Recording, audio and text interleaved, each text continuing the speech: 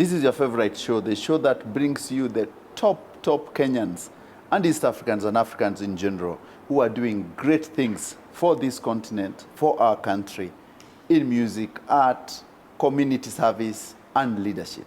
I'm your host, CEO Charles Otieno, and I'm privileged to host one of the biggest contributor in humanitarian world in Kenya, a man of many seasons, a man of many reasons, and a man of great vision. Is none other Dr. Stanley Kamau, my good friend. Dr. Karibu sana. Thank you so much. Long time, bro. Yeah, long time. Kazi mingi. Umemaliza jiggers kwa Kenya? How is pole tu. They are going to get finished one day. Yeah. So what is the inspiration to deal with this issue of humanitarian? What brought you into the humanitarian world? Let me tell you, CEO, one Yes. is that every time you do an act of mercy, Yes. every time you support someone, and you see the positive change in their lives, it inspires you to do more and more and more and more. When we started this campaign of jiggers, that was 2007, that's about almost 17 years ago. I can tell you, the things I've seen, the changes I've seen in people, that makes me every day wake up and want to do more and more and more. So I'm inspired by the change that I see in people. Inspired. And when you go back, the people who've changed their lives, how do they react? How do you see that? I can tell you, like now we have so many people who are even employed, who we started with. They had jiggers, they couldn't go to school. They had jiggers, they couldn't go to their farms. They had jiggers, they couldn't do any social work. But today, they went to school, they finished college, they finished high school, and they are working today. When I meet them on the streets, sometimes they make me feel so old because wananiambia, ulikuja primary school yetu nikiwa standard 7, ukanitoa jiggers, now I'm working. Thank you so much. You know, when people talk about such things, Yes. it makes me very proud about what we did, and also appreciate the support I got from Kenyans, corporates, and volunteers to do this work. Why did you decide this is why jiggers? There are many other things. Kuna watu wanataka maji, kuna wengine wanataka sanitation. Why jiggers? I can tell you, you are only able to support to support in a problem that you have experience in. Yes. Personally, as I've told you many times, Yes. I was infested with jiggers when I was young. Yes. When I was in primary schools, I was heavily infested with jiggers. So when I went back after finishing school and after getting to employment, and I realized that people are still, we have students, we have kids who are not able to go to school. We have adults, we have mothers, we have fathers, we have grandfathers who are still infested with jiggers. It touched me so much, and I decided that I must fight that menace. You started in Muranga, I started in Muranga, yes. and now even you've been to my village in Ugenya. I have been to your village in Ugenya. Yeah. Which areas do you think this problem is so manifested in? When we started, we had areas of Kiambu, Muranga, Kakamega, Vihiga, Busia, Kware, Kilifi counties, Trans Nzoia, and some other counties that were heavily infested. But as we are speaking today, we have been able to reduce the jigger infestation by almost 80%. So it's not so much as it used to be when we started. And the reason why we have been able to achieve is because government has been very, very supportive. If you go to most of the dispensaries or local health centers, today you can actually go and you can get medication for jiggers very easily. Before, no one even knew about jiggers. People didn't know that it's something that can be treated. But today, we have a policy on control of jiggers. We have a Jigger Awareness Day, which is every 3rd of March, every year. The government gave us a Jigger Awareness Day. So these are the factors that have really contributed in making the jigger menace come down. So initially, there was no medicine. How did this medicine come about? It's not that there was no medicine, Yes. but people never used to come out and talk about jiggers. It came with a lot of Stigma. People got very embarrassed to talk about it. It's just like leprosy. So when I came and talked about this issue, people have now started coming out, discussing it, and also appreciating that this is a problem that can be solved. How many people have you reached, for example? So far, If you keep your numbers. I can say that to date, it may not be very actual, but I can tell you we have been able to reach more than almost 4.5 or 5 million people in the country. Those are in Kenya, but I know of about 1.8 in Uganda and maybe about 3.2 in Tanzania. So you're saying this jigger thing is a bigger thing in Africa? It's a bigger thing than we actually think. Yeah. So if, and the individual people who have been healed or who have managed to get out of that, is it 4.5? Yeah. I'm talking about both children and adults who have gone back to school, who have gone back to their farms, who are now able to even start now going to participate in their civic rights like voting, who could not even vote before. So that's the figure I'm talking about. Hey, that's a big figure. Because initially, even the statistics from the Ministry of Health is that 4% of the total population of Kenya were jigger infested in 2007. 4%? 4%. Or 40 million, 50 million. Yeah. So you can imagine what kind of a number that was. That's a huge number. Huge number. So if you, so which is your way forward?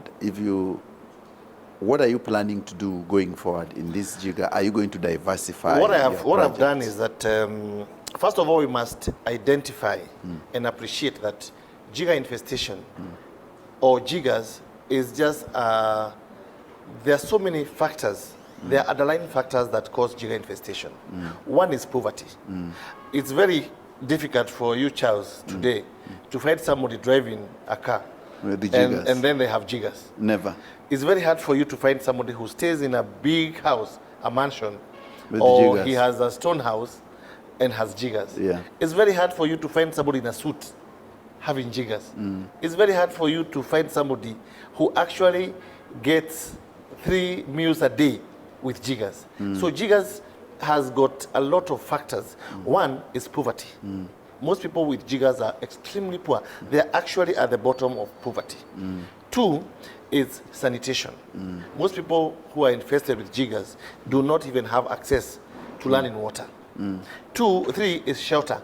They have no shelter. They don't have somewhere they can call home. Then we have a lot of jigger-infested persons who suffer from disability, both mental and physical, because they're not able to move. So all these factors are the ones now we are trying to address. And one of the things that we have come out very strongly to address is the issue of economic empowerment. How do we empower these people so that tomorrow I don't have to come back to Uganda to give them shoes. I don't have to come back to Uganda to give them food. I don't have to come back to Uganda to remove jiggers from their feet.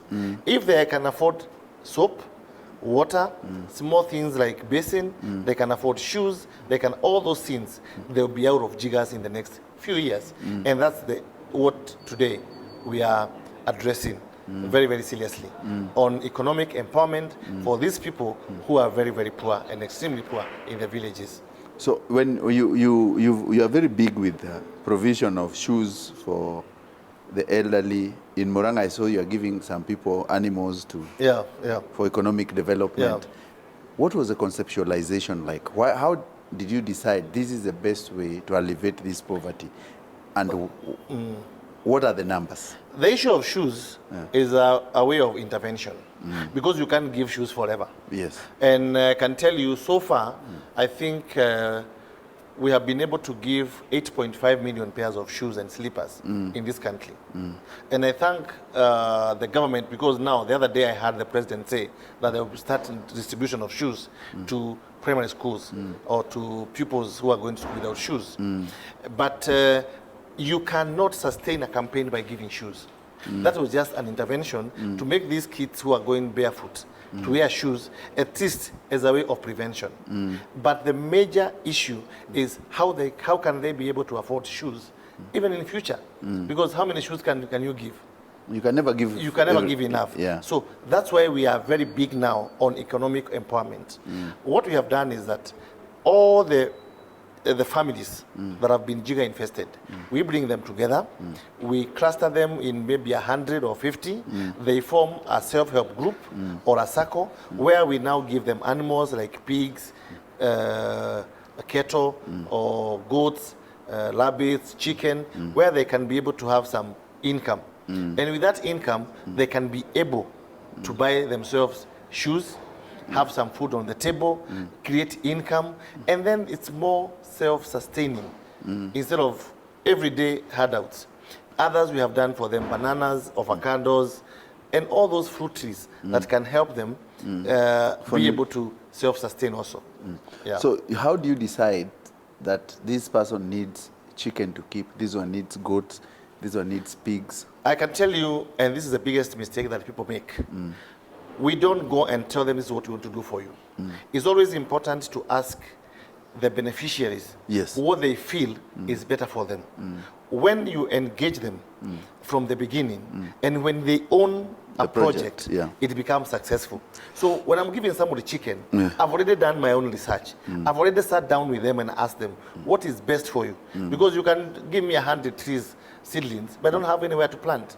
You can even give me that chicken, but I don't even have somewhere that I can be able to rear them. So the best thing we always do is that we call them together, we ask them to come up with a proposal and tell us what kind of an empowerment project they would like us to do for them. Others will tell you they want beekeeping. Like if you go to Eastern, we have done a lot of beekeeping projects. But you see, you may not do the same in maybe Central Kenya. You may not do the same in Western Kenya. If you go to like Trans-Nzoia, maybe they grow a different type of fruits. If you go to Central, they do avocados. If you go to Eastern, they do mangoes. So we normally ask them what kind of a project they think will be able to bring market, access to market, and also easy for them to handle. So it's about, first of all, you consider the climate condition. You consider everything. You consider the ability to survive. And also, you also consider the person. And the person. Like now, when you have people with disability, we normally like to support them with things they can be able to, if they have physical disability, but they can still use their hands. We do weaving, we do some small projects for them that they can be able to handle without much movement. That's how we normally look at all the issues affecting communities. So how do you monitor all those projects? There are so many. There's economic, there's a lot of prevention, and there's control. How do you monitor? It's very easy because we work with social workers, and now we partner with the county government, we partner with volunteers. So these projects are very easily monitored because they don't need to be in Vihiga, for example, to check whether the seedlings I gave them the other day agree. We have people in that particular region and also diversity. Yeah. If I come to Kenya, if I go to Vihiga, I have to give you a person who understands your language, who can be able to advise you. And also we partner with the agricultural extension officers. These are people who help in identifying as also advising on the kind of plants that we can be able to do in a particular area. Yeah. So it's, and then there's this aspect of schools. You've been doing a lot of toilets. Yeah, we have done like now to schools, like now primary schools, public primary schools. I've been able to visit more than. Personally, I've visited almost 5,000 schools in Kenya, but our team has gone to more than 10,000 primary schools. And when you go to schools, one of the key issues is sanitation. If you don't have proper water flow, if you don't have proper water harvesting, I can tell you that dust will still bring in jiggers. So what we look at is how do we improve on sanitation? How do we improve on cleanliness? And in those schools, some of the schools we have been to, we encourage them to form and come up with hygiene clubs. These hygiene clubs helps these students to address the issues of hygiene, to address the issue of jiggers, to address the issues of cleanliness. If you go to school without cutting your nails and doing such things, combing your hair, they help you do such things. And this is the only way that we have been able to sustain our campaign in primary schools. And also, we train them on how to do those things at home, because some of them have siblings at home who have the same problems. So those hygiene clubs are trained on how to handle these things at the household level. Is it the part of the hygiene clubs is where you do the dignity packs as well? Yeah, hygiene clubs, they also advise us on the schools. The dignity packs are different because they include sanitary towels for the girls, and sometimes we have boxers for the boys, and soap, shoes, and such other things. So it depends on the need of a particular region. You may go somewhere where you find the boys need to be empowered, and you do exactly that. So this is a campaign that has now become very bold. Starting from where the jigger infestation is to where we are today, I realize that this is not just about the jiggers. It is beyond. It's beyond jiggers. It's so much to do economic. With, yeah, and also the mindset. You have to change the mindset of people.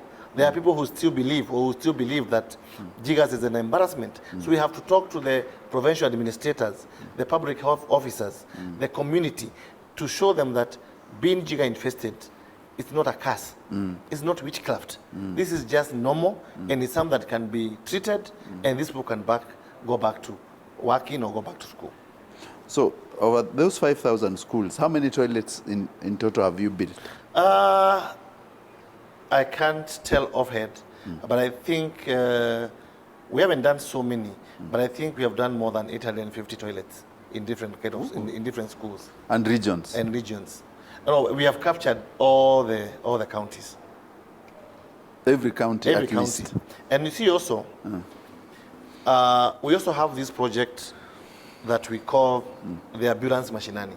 Yes, I know you know about it. Yes, I know. Because we realized some of these people who are with a disability and who are jigger infested, some of them are not able to walk to the hospital. Yeah. And when they have an emergency, it becomes very difficult for them to even get transport to hospitals. So that's why I innovated the ambulance machiney. This is a tuk-tuk that has a bed. It has a bed, and then it has the trolley behind. Yes. So it has everything that needs to be in that trolley, so that if this person with disability or this person who is jigger infested gets an emergency, this ambulance machiney can be able to take that person to hospital. If he needs or he or she in a critical condition, then the social worker using the ambulance machiney can actually be able to call their county ambulance or the national level ambulance, maybe from the big hospitals, and they can be able to meet halfway because people are dying on their way to hospitals. So these ambulance machiney have really helped a lot. Even sometimes you find these border riders, he has gotten an accident and then he fears to be put on another bike to be taken to hospital. So it comes in very handy for them to take this person to hospital.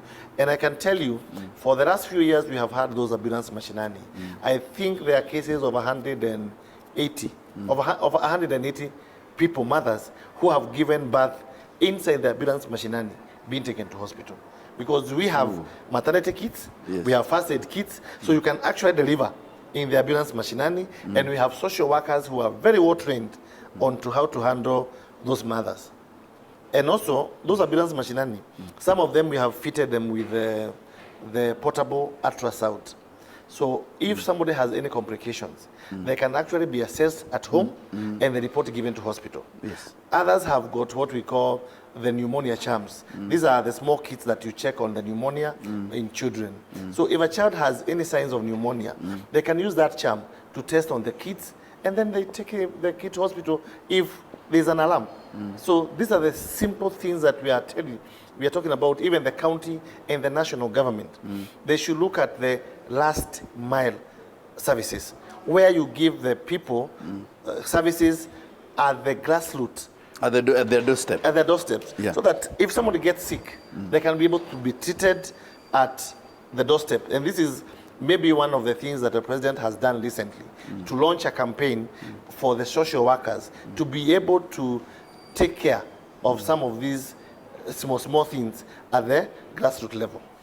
So if what you're trying to say is that maybe the accessibility of the ambulances, the normal ambulances can't, because we do not have enough roads into the villages. We don't have enough. First of all, we don't have enough ambulances. Yes. And two, some of the roads are not accessible. Yes. So this ambulance machiney, because it's also very adjustable. You can even remove the trolley and pull it. Yes. Yeah. You can even remove the bike and use it. Yes. So it has multi-purposes. It's a multi-purpose vehicle. Yeah. It can do anywhere. It can go anywhere, and it can reach any corner of this country. So if you look at the numbers, the way you're saying that there are women who have actually given even birth in that ambulance machiney, you've really saved so many lives. But I think, Charles, that's what God wants us to do. Yeah. God wants us just to save lives. Because if I know the childbirth and child death in the villages is very high. It's very high, but you see now, they have actually reduced on the number of mothers that would actually die at home while giving birth. Yeah, it has reduced. And we have not stopped. We are going to make sure that each and every village in this country has a simple ambulance machiney that can actually cater for the people in the village. And so you've talked about ambulance machiney, we've talked about dignity parks, you've tackled, that means you're tackling kids in school, you're tackling the pregnant women, you're tackling the economic activity, poverty. If you have all these things sorted out, what is your viewpoint in the future? Do you think that we'll have actually gotten out of these grinding poverty levels? What we have done is that starting from where jiggers are, we are handling the issue of education. Yes. Issues of health, Yes. economic empowerment, Yes. disability. Yes. Also, somehow, we are dealing with the issue of democracy and governance. Yes. Because most of these people who are jigger infested, Cannot vote. they cannot vote. Yeah. They cannot be able to go and stand in a queue for a very long time. And some of them, you see they had jiggers on their hands. Yeah. They could not even do a thumbprint. In fact, in 2013 and 2017, we had to partner with IBC so that they can use the eye scan for people to vote, which was very positive. So we are handling a lot of issues that actually, and these are the issues that affect people at the bottom of poverty. So if all these things are done, Ahadi is just trying to do one bit to eradicate jiggers by doing all these things. And if you asked me, what do I want to do in the next few years? Like now, I'm opening a research and a research center where in the next 1 or 2 years, I'll open a museum, not a museum, a legacy center, and also a study where people can come and learn more about jigger infestation, how the process was undertaken to eradicate the jiggers, because I may not be there in the next 50 years, but I would want my children and my grandchildren to know that there was something called jiggers, which was caused by 1, 2, 3, and this is how it was handled. Eradicated. Eradicated, yes. So, away from Ahadi Trust, who is Dr. Stanley Kamau? You've won so many awards. Did you ever want to be what you are? You see, in life, it's only God who knows who we want to be. He's the only one who molds us to be what we are. If you asked many years ago, when I was in primary school, because I was only exposed to 3 people who were very senior then. I was only exposed to a policeman, Yes. a teacher, Yes. and a driver. Yes. So I wanted to be either a teacher, a driver, Or a policeman. or a policeman. Yes. So when I came to Nairobi, I started getting exposed to many other things. Yes. I didn't know of an accountant. I didn't know what accounts were. Yeah. I didn't know who a lawyer was because I was not exposed to them. Yes. So we are mentored by what we see. Yes. So when I began my life, I didn't think that one day I'll be anybody, because even when I was in the village, I could not actually even reach a daughter of a chief. Yes. She was too far. Yes. In Pyramid. She was beyond my Reach. paycheck. I couldn't even stop her. Yes. Because who is this? Yes. Who are you to stop me? Yes. Yeah, but I've come to realize that there is more in store for all of us. It doesn't matter where you are born and how you are born. What matters is what you can be able to do. Yes. and the consistency that you can do things with. Because when I started the Jiggers campaign, I was not starting so I can be famous. I was not doing it so I can be known. I just did what God wanted me to do, to just remove jiggers from people. Yes. And that's all. Yes. Yeah. And then now everything has come. Yeah, so Stanley Kamau is who I am, and there you can see me. There's nothing beyond here. Huh? There's nothing beyond here.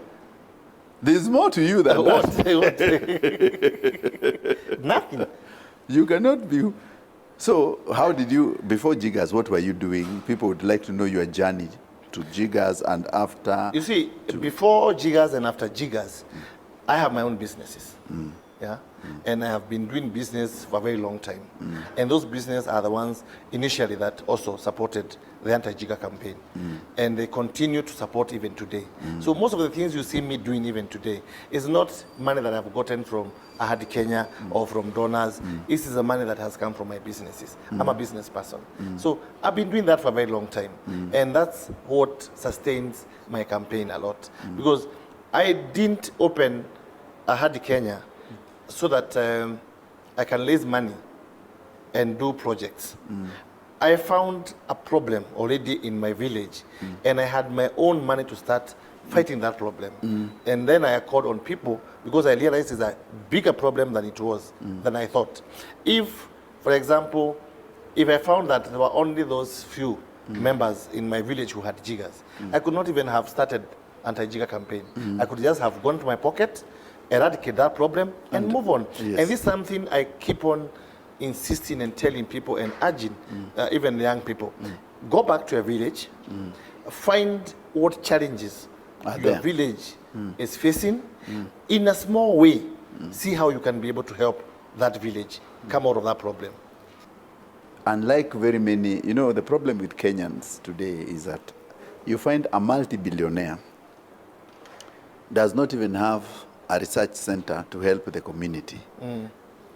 He'd rather drink whiskey for 50,000 a bottle, but not do anything for the community. You are looking it differently. What I would say is that you can't force someone to give. You can't. Giving is by choice. Yeah. And let me tell you, giving is by choice. And also giving, it's godly. And what we do to the poor people or the vulnerable and those vulnerable people, we are not doing them a favor. We are only doing what God wants us to do. So there's no favor I do when I'm giving food to anybody. It's what I'm supposed to do as a human being. Because all these things do not belong to me. God has given me so that I can also be able. He cannot come here to help one by one. He has to use me so that I can be able to help you. He has to use you to help me. So what I'm doing, I'm not doing any favor to anybody. I'm just doing what God wants us to do.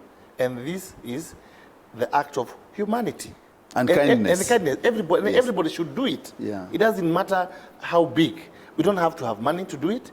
You can actually offer a prayer for somebody. You can even give, if you are in the media, you can offer support in communication to someone. Those kind of small things that people can actually associate with. What I was telling you is that most NGOs are actually, they research on what to do to open an NGO. Yeah. People think that open an NGO is starting a business. No, but you must have a cause. You must actually have a cause that you want to address. And this should not be driven by how much money you can be able to get. It has to be driven by passion, and you must have the heart to support people and a lot of sacrifice. You've sacrificed. You have to sacrifice a lot of time Yeah. and resources to achieve what you want to achieve. So if you've really done it from 2007, this is 17 years. Yeah. If you look at your life, what would you say has been the most fulfilling thing? One of the most fulfilling things is when I see children who could not have finished school working today. When I see mothers and fathers who have never walked before, walking to church, walking to their farms, and doing something that is beneficial to their lives. When I see persons with disability having been able to get, those those equipment to help them walk. When I see children supported, that's what makes me feel very, very happy. And with that has come many awards, Yeah. recognition. I've received several awards and recognitions, Yes. although we don't work towards being Recognition, recognized. yes. But when we got recognized, it's okay. We appreciate it. Yes. But don't undertake a service so that you can be recognized. But when you get recognized, it actually gives you more morale to do more, and also feel that what you have done has actually been recognized. So are you Order of Burning Moran? The Elder of the Burning Spear, EBS. EBS. And you've been conferred a doctorate degree. Yeah, I have. Which university? This is the Universal College. Universal College. Yeah. And your book, you published even. You're I an author. published a book, the Jiggered Mind. Yes. Yeah, the Jiggered Mind is a book because I realized that apart from people having jiggers on their feet and their hands and everywhere in their body, the leadership, they also have a jigger in their heads.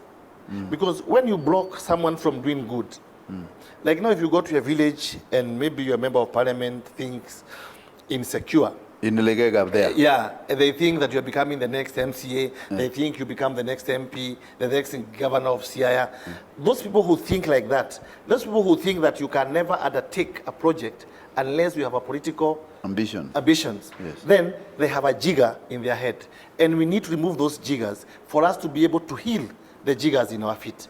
Because these are people, when there's hunger in Mandela, when there's hunger in Garissa, when there's hunger in Northeastern, and then you hear the leadership saying that people have not died, when the reports on the ground are indicating that people have actually died because of hunger, that person is blocking for help, is blocking someone. These are the people who have been entrusted to support the communities, but they cannot do the same because they feel if they say it, they embarrass the government, they embarrass the leadership. Yes. So these are the people that we need to remove jiggers from their heads so that they can have a clear mind to see properly and understand that the people they are supposed to help have a problem and they can help them. So, did they anticipate you to run for the Murang'a governorship? No. I've no interest in politics because, as you know, also, community service is the biggest political activity on the ground. It is. When I go, wherever I go, I've been with you on the ground. You have seen how many people come out to look for support. You have to mobilize, you have to support them, you have to give them hope. That is actually the biggest political activity anybody would want to do. And I've been there with members of parliament, we've been there with governors, we've been there with women rep.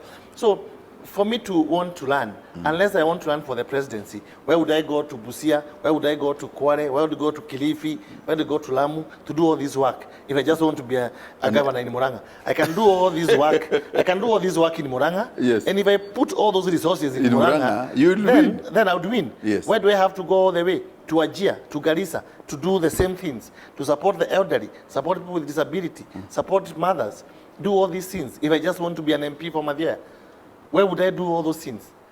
It beats the logic. It beats the logic. Yeah. So anybody to think like that, they are the people I'm telling you. They have a jiggered mind. They don't see beyond you becoming something. And then what is also wrong, if I wanted to learn anyway. There's nothing wrong. There's something wrong with democratic right. If I want to learn, I can still learn if I want. But that's not why I do what I do. What I do is to support the people.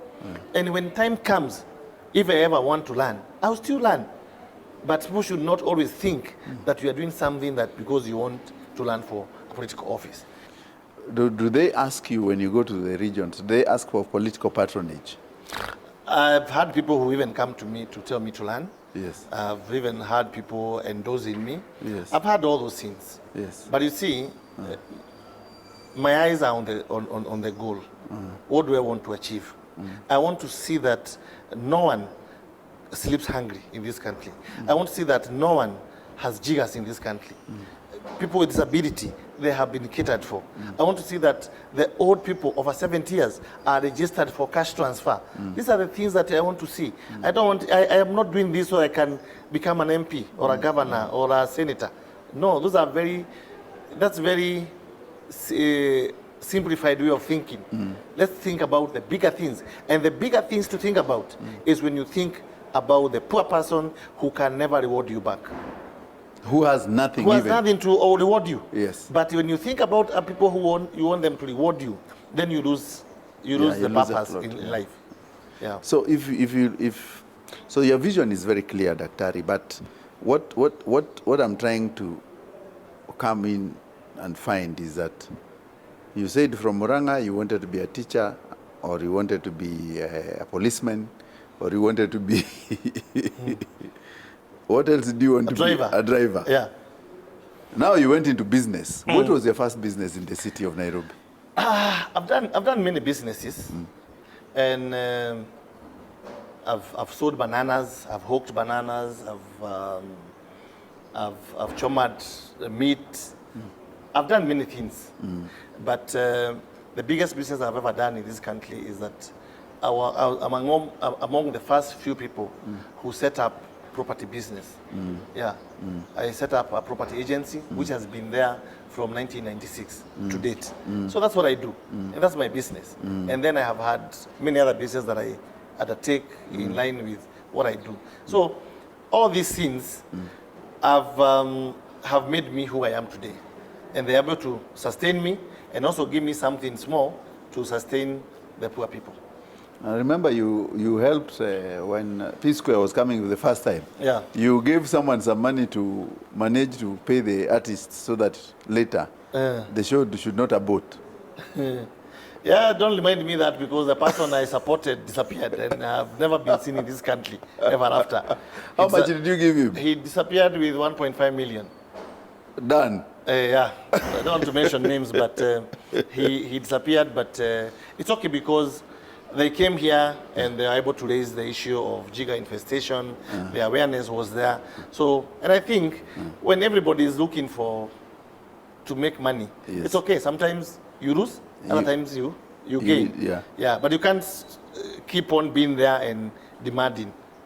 Yeah, but did the guy ever call you? We talked for some time, and then I decided that's not an issue to keep on following. Because if you want to move forward, you must forget about the small things and look at the bigger things. Otherwise, you will start chasing small things and you lose on the big things. You know, look at the bigger picture. 1.5, that was 2010. Yeah, 2010. 2010, 1.5 is almost... No, it was a lot of money, but it's a lot of money. What do you do? Even if I had that money today, I would not have it. I still could have used it in another way. Yes. Yeah, so just say and categorize that person as also community, and say it's also giving back to the community, and I've given back. So because what else do you do? Exactly. Yeah. He told me the money was stolen at the gate. What do I do? The money was stolen at the gate. At the gate, the people printed their own tickets. After you paid, you know that is the biggest show which ever happened in KICC. Yeah, I know. But I can tell you, that's something I will never do again.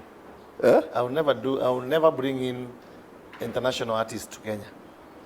I tried once, I failed, and never do it again. That's the only business I've ever gone on a loss, by the way, in the whole of my life. The only venture I've ever is the P Square concert. Is the P Square concert. And the guy disappeared to Rwanda. I don't know where he went to, but maybe one day we'll meet. He should come and say, Pole bwana, hiyo pesa ilipotea. You know, by the way, even without saying Pole, I've already forgiven him, and I've forgotten. Yes. So I'm moving on to other things. So you've worked with the government officials a lot, and the counties. Are there other counties which are very difficult to access? I can tell you, apart from maybe P Square, we worked with Big Brother Africa. Yes. The Big Brother Africa, they came all the way from South Africa to support us. We've worked with Miss World. They came all the way to the US to support us. We've worked with very senior people in government. So I can tell you, our campaign was embraced by almost everybody, from celebrities. We've worked with Victoria Beckham. Yes. She came here to support our campaign. So we've worked with very, very many people. And that's why, actually, I would say I've been very lucky that my campaign was embraced by many many people. And internationally. And internationally. Yes. And also the government has come on board for them to allow us to have the 3rd of March every year as a Jigger Awareness Day. It was a lot of lobbying, and it got the government intervention to have that. I have told you the government also gave us a policy on prevention and control of jiggers. So everybody from the administration, from the health, from the communities, from education sector, they know about the policy and what they need to do to eradicate jiggers.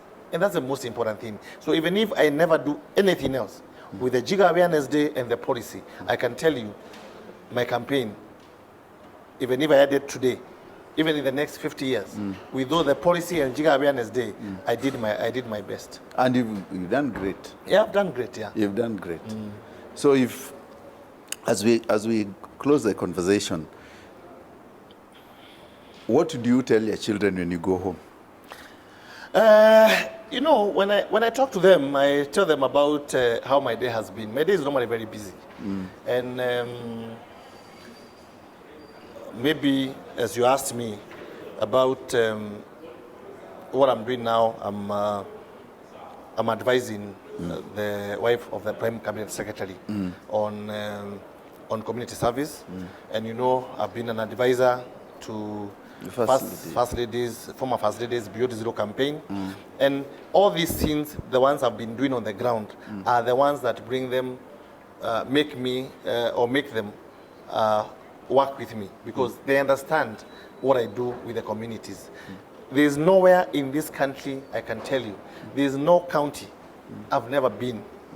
I've been to all the counties in Kenya, and I can tell you, I have been to most constituencies in this republic.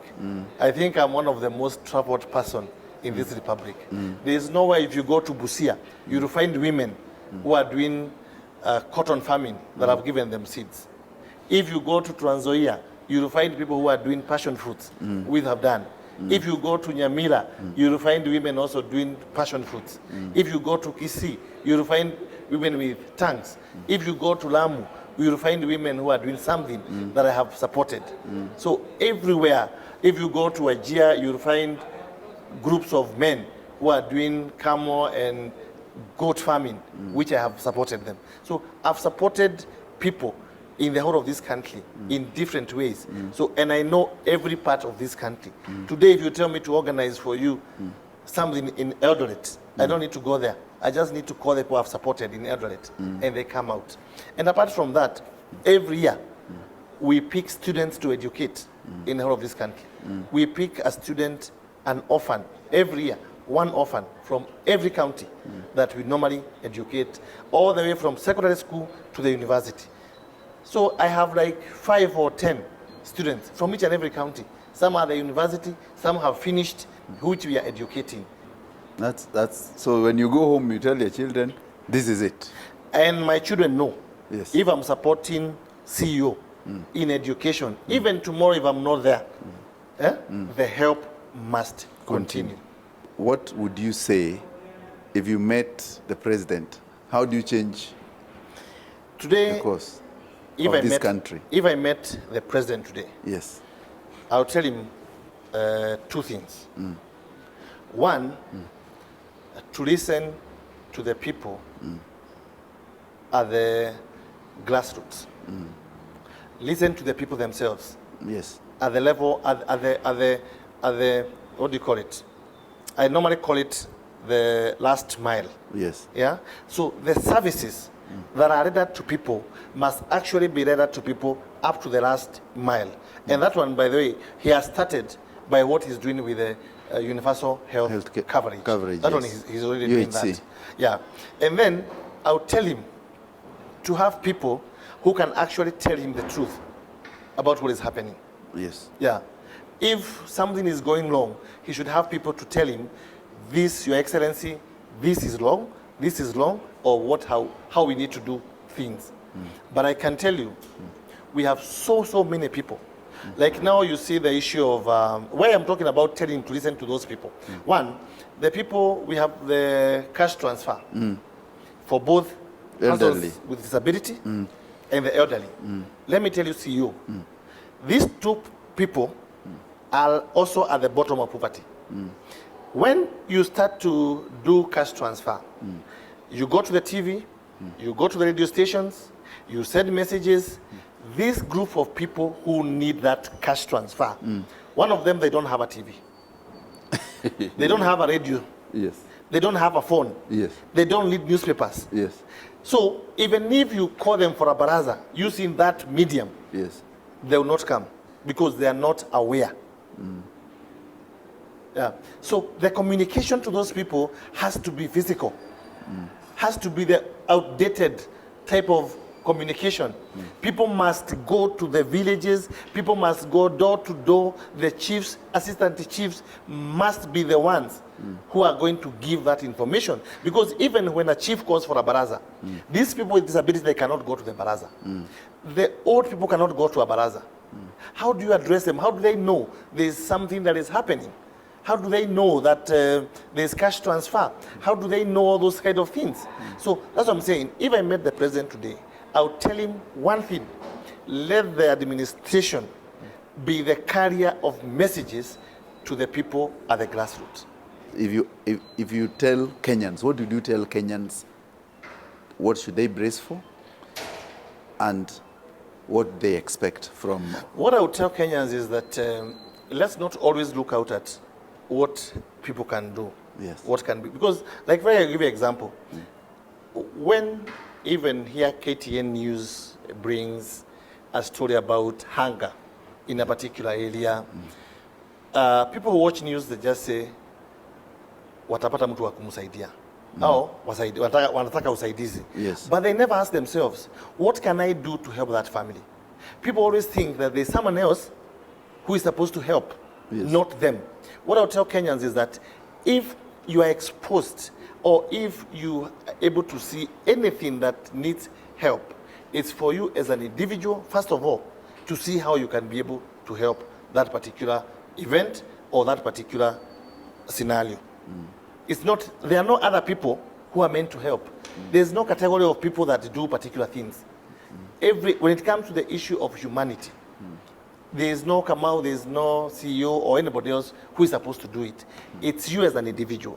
Whether you just a prayer for that family, whether you just ask where they are, you said 10 bob or 20 bob, or whether you have a shoe that never fitted you, or a jacket or a shirt that you can be able to give, please do it. But do not give things that you can never use. Because I've seen people, even when you give shoes and other things, they give torn shoes, they give torn clothes, they give things that you can never, even you as a person, wear. So if you have to give something that you feel you can wear, your child can wear, your brother can wear, your sister can wear, but don't find a dump inside in the name of giving or giving back to the community. Do not give what you cannot wear and what you cannot use. If it's useless, just throw it away. Don't give to another person. Or burn it. Don't use somebody's home as a dumping site for your old clothes. If it's torn, it's torn. Just throw it away. Don't give it to other people to go and throw it away just because you thought that's the only medium for you to be able to expose things. So it's for all of us. When we see a need, it's for all of us to sit down and ask ourselves, how can I help? Even if you're not able to help monetarily, can you help by even saying a prayer for that family? Or can you help by reaching out to other people? In my book, one of my favorite quotes is that we don't give because we have excess. We give because we have access. I didn't have the 8.5 million pairs of shoes. I was given. They were donated. So I had access to them. But I didn't have the excess. I have not given money, I have not given clothes, I have not given shoes, I have not given all these things because I have access. It's only that I have access to people. If today I will tell you to give you that tie to give out, I have access to you. So we give because we have access. So let's use our accessibility to other things. If you have access to tomatoes, cabbages, whatever, fruit just trees, give to the person who doesn't have that access. You've heard it from Dr. Stanley Kamau, the man who's done a lot of things for this country, brought a lot of happiness into homes and actually assisted many people get accessibility out of poverty, and removed a lot of jiggers from many people. This is the History Makers, the show that brings you the top Kenyans and top Africans, and the people who are making a lot of impact in this nation. Keep watching.